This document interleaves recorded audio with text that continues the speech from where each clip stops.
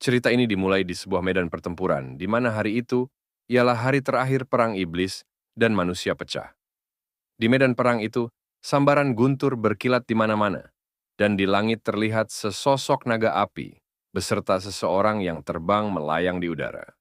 Orang itu dengan gagahnya melayang di langit yang penuh guntur sebari diiringi naga api, dan di belakangnya terdapat pasukan iblis yang jumlahnya tidak bisa dihitung oleh jari mengikuti dan berdiri di belakang orang itu. Para iblis yang sangat banyak itu sedang menunggu aba-aba dari pemimpinnya. Dengan wajah senangnya, manusia iblis itu tersenyum. Dia merasa hari itu ialah hari di mana dia sebagai The Great One menyatukan dunia. Semuanya akan dilahap oleh darkness, dengan dia sebagai pusatnya. Dia merasa sangat gampang baginya. Meluluh lantakan kota terakhir itu, hanya dengan jarinya saja, maka itu hancur menjadi debu. Para pasukan iblis yang berada di belakang orang itu mendengar instruksi dari pemimpinnya. Dengan semangat membara untuk menghancurkan kota terakhir itu, mereka memulai jalannya peperangan itu. Namun salah satu dari iblis itu terkejut mendapati secercah cahaya melesat ke arahnya. Cahaya itu membelah tubuh prajurit iblis dengan mudahnya. Cahaya itu tidak berhenti di sana. Cahaya itu terus melesat, memotong siapapun yang ia lewati. Sampai akhirnya cahaya itu melesat ke arah sang pemimpin iblis. Akhirnya di sini kita tahu nama manusia iblis ini. Jadi sekarang mari kita pakai aja namanya. Shoyan menyadari cahaya yang melesat ke arahnya.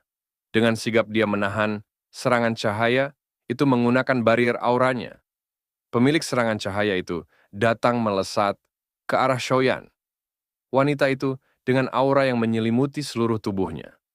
Dia tidak akan pernah membiarkan kota terakhir itu dihancurkan oleh Shoyan.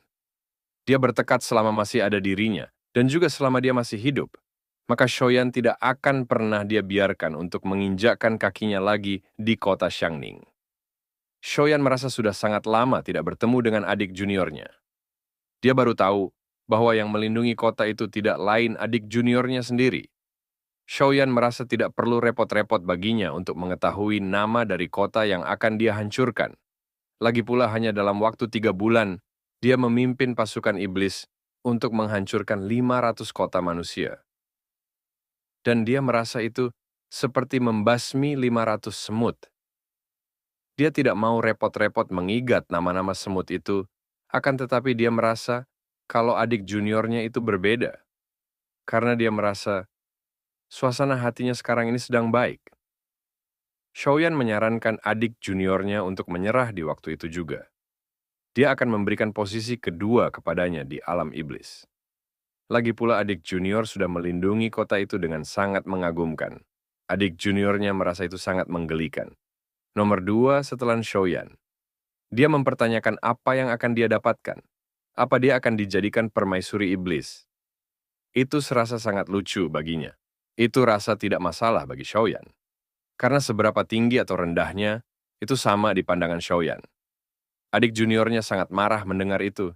Dia menyuruh Shoyan untuk tidak memanggilnya adik junior. Itu karena saat Shoyan terjatuh ke dalam jurang kegelapan, dia tidak mempunyai pilihan lain selain menjadi musuhnya. Wanita itu menginstruksikan Shoyan untuk bersiap menerima serangannya dan juga kematiannya. Shoyan menerima serangan adik juniornya menggunakan pedangnya. Adik seperguruan Shoyan sangat geram melihat serangannya dapat ditahan. Dengan begitu mudah. Shoyan tersenyum dan dia mengayunkan pedangnya, sehingga adik juniornya terpental ke belakang. Namun adik juniornya tidak berhenti di sana. Dia menyiapkan serangan susulan, 1000 pedang, dan itu diperkuat dengan Blossoming Storm of Pear Blossoms.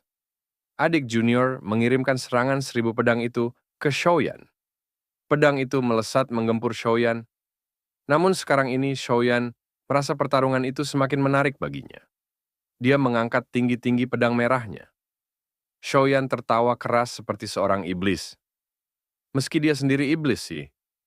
Tawanya itu jika dilihat oleh orang, maka orang yang melihatnya akan terkencing-kencing di tempat. Dia bertanya kepada adik juniornya, tahu kan dia berapa harga yang harus dibayarkan untuk menyelamatkan orang-orang rendahan itu? Dia mengayunkan pedangnya yang sudah dipenuhi aura merah kekutan ayunan pedang, dari Shaoyan melesat ke depan, dan kekuatannya itu menghancurkan serangan aura 1000 pedang yang menggempur dirinya. Dan serangan itu melesat, menerjang adik juniornya. Pasukan iblis merasa sangat disayangkan jika mereka tidak menyaksikan pertarungan yang sangat hebat itu. Adik junior menangkis serangan aura merah itu dengan pedangnya yang mengeluarkan aura biru keputih-putihan, sehingga benturan kekuatan dahsyat itu membuat pasukan iblis berkeringat dingin. Para manusia merasa bersyukur dan sedikit lega. Ada juga sebagian dari mereka takut melihat pertarungan yang sangat hebat dan dahsyat itu. Namun salah satu dari mereka, seorang ibu yang sedang memomong anaknya. Dengan keringat di wajahnya, dia menunjuk lagi. Dia bertanya-tanya apakah di atas langit itu adalah guntur ilahi. Perempuan itu merasa bahwa surga juga sedang menyerang Demon Lord Shaoyan. Di langit itu terbentuk 5 pusaran pertanda, guntur ilahi akan turun. Salah satu dari mereka sangat ketakutan dan bercucuran keringat sampai-sampai matanya seakan-akan keluar dari tempatnya, karena mengetahui langit akan runtuh. Shaoyan dan adik juniornya terus bertarung tanpa mengetahui langit di atas mereka akan segera runtuh. Adik juniornya sangat serius dengan pertarungan mereka, sehingga dia tidak menyadari guntur ilahin melesat ke arahnya. Shaoyan merasa ada yang tidak beres dengan keadaan fenomena lagi. Dia meminta adik juniornya untuk segera menghentikan pertarungan itu saat itu juga. Namun, adik juniornya tiba-tiba melepaskan pedangnya. Shaoyan terkejut melihat adik junior melepaskan senjata pedangnya. Adik junior itu meraih kerah baju Shaoyan. Sebelum Shaoyan mengambil jalan iblis, dia telah memohon berkali-kali agar Shaoyan berhenti dari jalan iblis. Adik junior menatap dengan tatapan tajam. Matanya dipenuhi aura dan wajahnya yang sudah memberikan tanda-tanda bahwa dia sudah mengerahkan seluruh tenaganya. Dia merasa mereka berdua tidak mempunyai hak untuk menghentikan pertarungan itu. Meski dia tahu bahwa dirinya tidak akan bisa mengalahkan Shaoyan, dia berencana menjatuhkan Shaoyan bersama dirinya. Shaoyan panik, karena bukan itu yang dia maksud. Pertarungan mereka berdua sebagai makhluk semi-divine. Itu karena pertarungan mereka sudah membuat hukuman guntur ilahi turun. Dia merasa, jika pertarungan itu terus berlanjut, maka mereka berdua tidak akan selamat dari hukuman guntur ilahi. Namun tiba-tiba, hukum guntur ilahi yang sangat besar menyambar ke bumi. Beruntung mereka berdua menghentikan pertarungan itu walaupun hanya sejenak. Seluruh pasukan iblis berlari ke segala arah. Mereka tidak ingin terbunuh oleh guntur ilahi. Namun sial nasib iblis dan manusia itu. Satu guntur itu disusul oleh 4 guntur ilahi yang lainnya, sehingga iblis beserta kota manusia hilang dalam sekejap mata. Adik junior terkejut melihat keadaan kota Xiangning hilang dari pandangannya. Dia sedih melihatnya. Dia tidak menyangka akan jadi seperti itu. Shaoyan dan adik juniornya memandangi pasukan dan juga kota yang gilang dari pandangan mata mereka. Shaoyan merasa akan ada susulan hukum guntur ilahi. Dia mendorong ke belakang adik juniornya, sehingga dia dapat terhindar dari hukum guntur ilahi. Adik junior terkejut. Namun bersamaan dengan keterkejutannya, guntur ilahi melesat di depan matanya. Guntur ilahi melesat tepat mengenai Shaoyan. Dari dalam guntur ilahi, Shaoyan menatap adik juniornya. Dan dia tersenyum tipis kepada adik juniornya sebelum menghilang dari dunia itu. Adik junior terkejut melihat Shaoyan mengorbankan diri demi dirinya. Shaoyan lenyap tersapu guntur ilahi. Semua makhluk tanpa terkecuali ditelan guntur ilahi yang hanya muncul dalam 10.000 tahun itu. Shin berpindah di padang rumput yang sedang bergoyang bersama hembusan angin.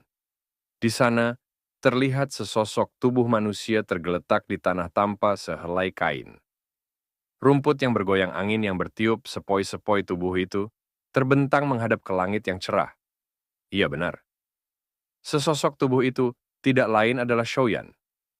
Dia mulai terbangun. Dia membuka matanya. Dia beranjak bangun untuk duduk. Setelahnya dia berpikir, di mana aku sekarang?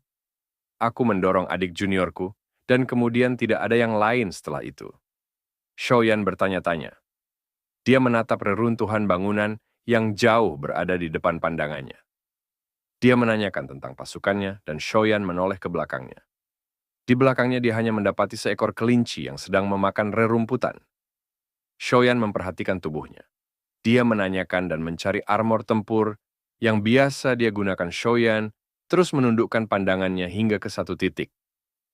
Dia gemetar berkeringat dingin, mendapati dirinya tidak menggunakan sebuah celana.